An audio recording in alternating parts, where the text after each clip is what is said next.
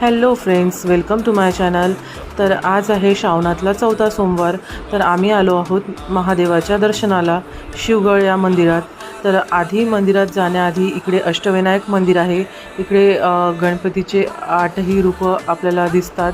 त्यानंतर आतमध्ये गेल्यावर इकडे नंदीचे दर्शन केल्यावर आतमध्ये महादेवाची खूप मोठी पिंड आहे आणि नंतर आतमध्ये गेल्यावर इकडे महादेवाची मूर्ती आहे आणि महादेवाच्या मूर्तीच्या बाजूला 12 ज्योतिर्लिंग अशा 12 महादेवाच्या पिंडी आहेत।